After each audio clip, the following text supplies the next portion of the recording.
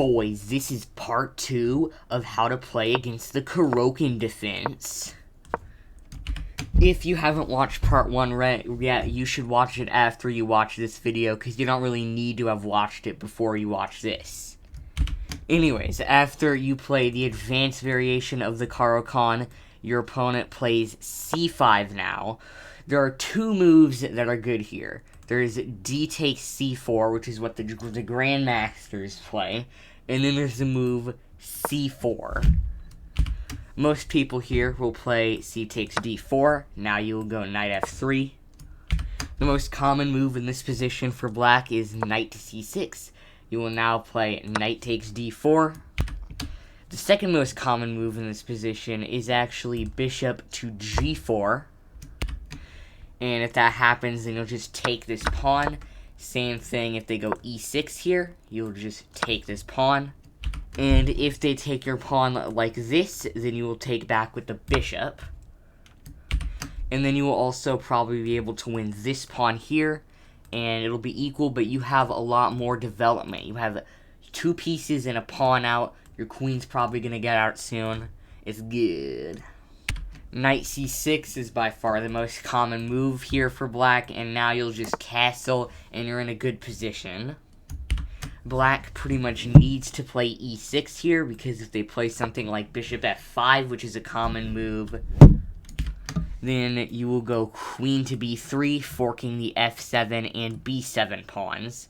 And you're just going to be winning a pawn, possibly up a pawn if you can get this back. After knight to c6, in this position though, what you will do is actually not take this pawn right away. Instead, you will take this pawn. And here in this position, black will obviously take, and now you can actually go knight to c3, attacking the queen, because this pawn is pinned. If the queen goes pretty much anywhere that's not over here, like a5, then you'll just take this pawn. And you're in a pretty good position with a 52% win rate. The same thing can be played here in this position after bishop to g4, where you take, and then knight to c3. And here you can even get a position like this, where they take, and now they have to move their king over to d8 or d7 in order to stop this knight c7 fork. And now the other move in this position that black can play is knight to c6. And now you have 2 options, I would say. You can either go d takes c5 or knight to f3. If you go knight to f3 against c takes d4, you will obviously take back. And if your opponent tries to open this attack on the knight from the queen, then what you don't want to do is take back. What you're going to want to do is go to here. They'll likely take your queen here, and then you play this, and it's a pretty good position for you. If they don't take your queen and instead just take back, then you will take their queen, and instead of you not being able to castle here, it's them not being able to castle, and their f7 pawn is hanging. Another thing that can happen here is against knight takes e5. Now you will take, and if they take back, it is now really good for you after knight to c3. You drive the queen away. If they go back to d8, then you're just really good. You can now even go b4. And if they take, then you will play knight to b5, protecting this knight, and also threatening this. Alright, so now let's talk about the fantasy variation.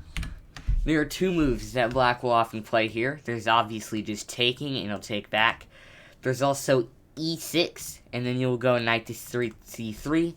And then if knight to f6 is played, then you'll obviously just play e5, and it's looking pretty good for you. Because if they move the knight over to h5, then you'll be trapping the knight with the move g4, and yeah, it's good. Which means they're forced to retreat either to g8 or the tour to d7, which means this knight can't really develop that much at all. But, of course, against takes, you'll go here. The only good move in this position is playing e5 immediately, but first, I'm going to be talking about the other two moves that are common, e6 and knight f6. Firstly, against knight f6, you can just play e5.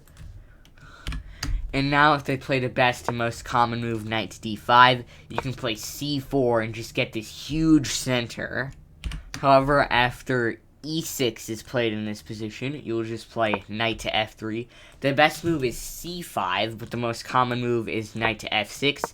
And once again, you're going to get this huge center. And if they play c5 here, you will actually just push, and after takes. The best move here is actually to play bishop to b5, because the only good move is here. And after takes, and then castles, you're in a very good position. Black has pretty much no development. If they instead, after this check, play knight to d7, then you will play d6, and if they allow you to go queen to e2, they'll have to block, and then their piece will just get taken. So, anyways, now we're going to be talking about e5. Boom. After e5, you will play knight to f3. It is the only good move. If they take, you will actually not take back immediately, but instead play bishop to c4. The other move that black can play in this position is bishop to g4, pinning your knight to your queen. And now here, you actually don't need to defend this pawn even though it's pinned, because you can play bishop to c4 still, and if they take here, you will take back, and you have a huge attack, huge development, and this is a great position for you. Against knight to d7 in this position, though, it is actually kind of equalized, and you will play c3, but you still have a dominant center and more activity. And now we get to the interesting part. After bishop to c4, there are two very common moves for black. There is knight to f6, and now you can castle, and you see this rook, this knight, and this bishop are going to be teaming up on the f7 square. If, though, they play bishop to e6, you can take, and still castle, and you still get the rook and knight teaming up on the f7 square. And after this position, the most common move for black is bishop to c5. Now you will play knight to g5, and if black just castles thinking that they're safe here, they're not. After bishop takes f7, of course the rook will take here, or else you just want a free pawn.